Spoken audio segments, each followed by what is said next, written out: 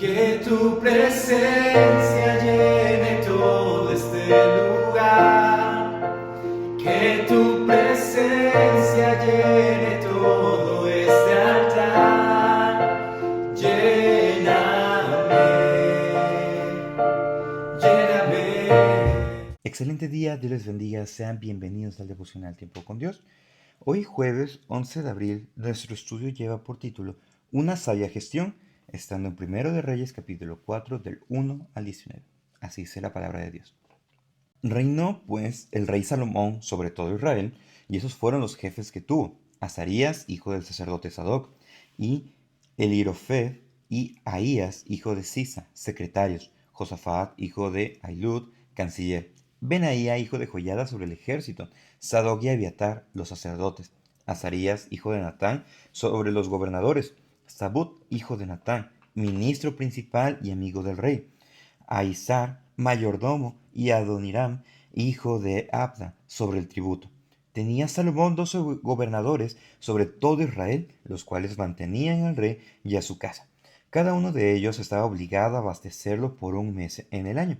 Y estos son los nombres de ellos: el hijo de Ur, en el monte de Efraín; el hijo de Decar, en Mecás; en Saalbim, en Bet-Semes, en Elón y en Bet-Anán; el hijo de Gesed, en Arubot. Este tenía también a Soco y toda la tierra de Éfer; y el hijo de Abinadab, en todos los territorios de Dor. Este tenía por mujer a Tafat, hija de Salomón; Baana, hijo de Ahilud, en Taanac y Megiddo, en toda Bet-Sean, que está cerca de Zeretán; más abajo en Jezreel, Bet-Sean, hasta Abel Meola, y hasta el otro lado de Jocmeán; el hijo de Heber, en Ramot de Galaad. Este tenía también las ciudades de Jair, hijo de Manasés, las cuales estaban en Galaad. Tenía también la provincia de Argob, que estaba en Basán, 60 grandes ciudades con muro y cerraduras de bronce. Ainadab, hijo de Ido, de Manaín; Ahimás, en Neftalí. Este tomó también por mujer a Besemat, hija de Salomón; Baana, hijo de Usai, en Aser y en Alot; Josafat, hijo de Parúa, en Issacar; Simei, hijo de Ela, en Benjamín; Heber, hijo de Uri, en la tierra de Galaad, la tierra de Sehón, rey de los amorreos, y de Og, rey de Basán. Este era era el único gobernador en aquella tierra. Una sabia gestión. En el ámbito empresarial se requiere una buena administración y entendimiento para que las labores puedan salir a flote. En ese entendimiento y en esa administración siempre se va a delegar una labor para cada uno. El jefe, el encargado, va a tener a sus colaboradores, los cuales van a estar encargados, se les va a delegar una tarea en específico para que la empresa pueda cumplir con sus objetivos, para que la institución pueda cumplir con esas metas a las cuales aspira a llegar, entre otras cuestiones. Ahora, empiezo de esta manera porque es prácticamente lo que nosotros podemos ver aquí: cómo Salomón gestiona, organiza, administra lo que va a ser su reinado. Vamos a estudiar dos puntos que resaltamos en este devocional, siendo el primero, distribución con entendimiento. Al ser Salomón el rey, ciertamente estaba dotado con toda la sabiduría, y esa sabiduría vemos que la estaba aplicando para brindar juicios, y ahora la vamos a ver en cómo distribuyó, en cómo ordenó y cómo atendió todas las necesidades de su reino. Salomón nos dice el versículo 2 que él puso jefes en Israel, porque nos dice que él era rey sobre todo Israel. No había ninguna facción que se opusiera, todo estaba en orden. Vemos que, o vamos a ver más adelante, que el reino de Salomón fue un reino que se caracterizó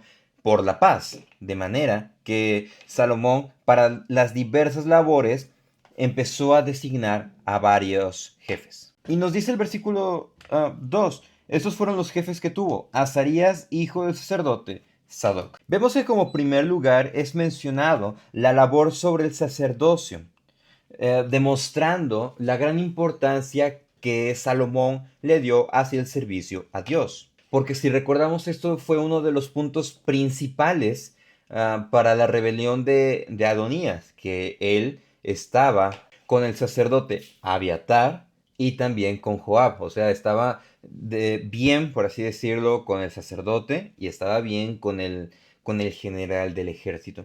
Pero vemos que aquí en lugar de reforzar los ejércitos, vemos que le dedica la importancia a lo que es quién va a tomar el lugar con respecto al sacerdocio. Sabemos que el servicio a Dios es lo más importante y debemos de reconocer y recordar que el servicio a Dios debe ser nuestra prioridad.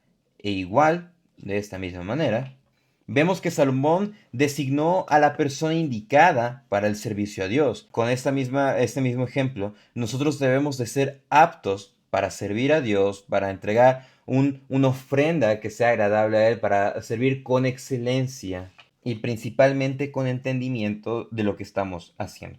Otras labores que designó el rey, vemos que designó secretarios, que da los nombres Eliorafef y Ahías, que eran los hijos de Sisa, y Josafat, hijo de Ahilud, como canciller. Dentro de todas estas labores vemos que tenía secretarios, tenía historiadores o relatores que se encargaban de escribir las hazañas, los sucesos del rey, que era en este caso el canciller, los gobernadores, tenía consejeros. Vemos en el versículo 5, Azarías, hijo de Natán, sobre los gobernadores, Sabud, hijo de Natán, ministro principal y también amigo del rey.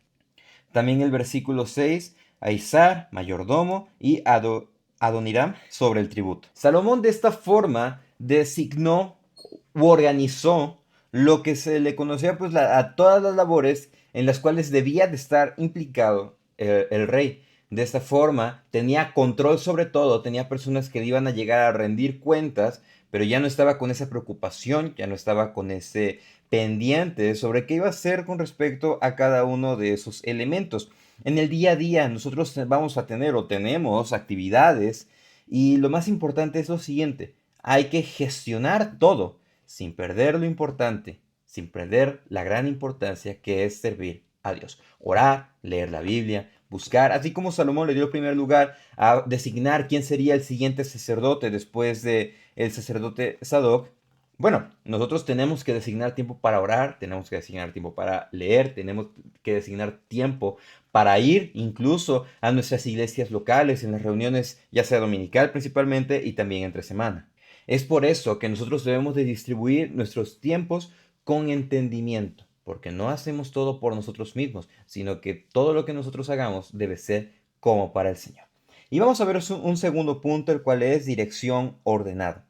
Vemos que Salomón ordena a 12 gobernantes para las 12 tribus y de esta manera tener orden y también recibir impuestos. Vemos que esto es algo bastante inteligente. Al momento de estar leyendo, sabemos que los reyes debían de recibir impuestos pues de todo el pueblo. Esto lo vemos, si buscamos registros en la Edad Media, esto es algo que va a ser una constante.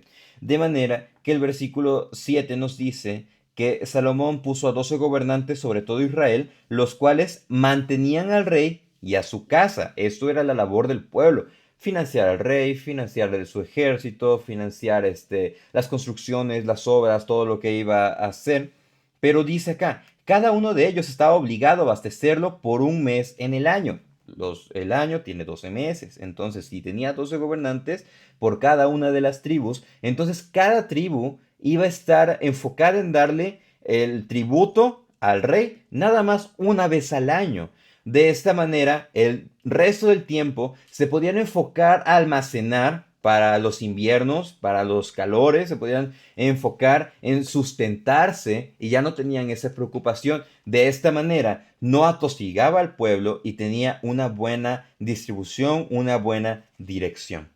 El mismo pasaje a partir del versículo 8 al versículo 19, lo que empieza a hacer es a decirnos el nombre de cada uno de estos individuos, de cada uno de estos gobernantes que van a estar apoyando a Salomón en su obra de gobernar. Prácticamente estaba aplicando el consejo que Jethro le dio a Moisés cuando éste tenía que atender a todo el pueblo. le dijo que debía de distribuir, que debía de tener líderes, los cuales el pueblo debía de recurrir a ellos, y una cuestión muy, muy importante, debían de recurrir a Moisés. ¿Para qué? Para que Moisés no desfalleciera, porque el pueblo era grande. Recordemos que Salomón pidió sabiduría a Dios porque el pueblo era demasiado grande, demostrándonos acá una sabiduría muy grande para no estar mal con el pueblo, para atenderlo, para atender las necesidades como monarca, y también para estar al pendiente de de todas las circunstancias adversas. En gestión hay un proceso llamado o proceso administrativo, el cual consta de cuatro elementos, de cuatro fases. Esto es la planificación, organización, dirección y control. Analizando el pasaje, teniendo en cuenta este contexto empresarial, se puede constatar que Salomón estaba llevando a cabo un proceso administrativo de manera eficaz, porque él analizó bien la situación que necesitaba, la primera fase de planificar, después organizó, definió las tareas, asignó puestos, los cuales iban a ser ocupados por diversas personas. Tenemos a los 12 gobernantes, tenemos a los jefes, incluidos el sacerdote, el consejero, los relatores, los tesoreros. Tenemos también el proceso de dirección, quien era guiar a cada miembro de la organización en términos administrativos, en términos de institución. ¿Y quién iba a direccionar acá en este caso? Salomón. Y después tenemos una cuestión de una evaluación y corrección si era necesario. Pero recordemos que el rey estaba siendo guiado por la sabiduría divina, demostrando algo bastante interesante, que si Salomón, siendo un rey muy ocupado, pudo distribuir tiempo para atender al pueblo, pero también atender la importancia que era servir a Dios, nosotros también tenemos que aprender a distribuir nuestros tiempos para agradar a Dios con todo lo que hagamos. Debemos de tener una sabia gestión de nuestros tiempos. Pero ¿por qué nuestros tiempos? ¿Por qué nuestros trabajos? ¿Por qué Dios quiere implicarse en todo? No es eso, sino en el momento de que nosotros somos creyentes, le pertenecemos a Dios. O sea, no, nada es nuestro. Y algo más importante, Colosenses 3:17. Todo lo que hacéis, sea de palabra o de hecho, hacedlo en el nombre del Señor Jesús, dando gracias a Dios Padre por medio de Él. Todo lo que hagamos debe de glorificar a Dios, todo lo que hagamos debe de ser para darle gloria y para que podamos reflejar la grandeza que Él ha hecho, su salvación en nosotros. Muchas gracias por acompañarnos en el devocional del día de hoy. Les invitamos a que puedan darle like a los videos, que puedan suscribirse e incluso que nos puedan dejar en la caja de comentarios qué han aprendido y qué se llevan de estos devocionales. Dios les bendiga. Que tu presencia llene todo este lugar. Que tu presencia llene todo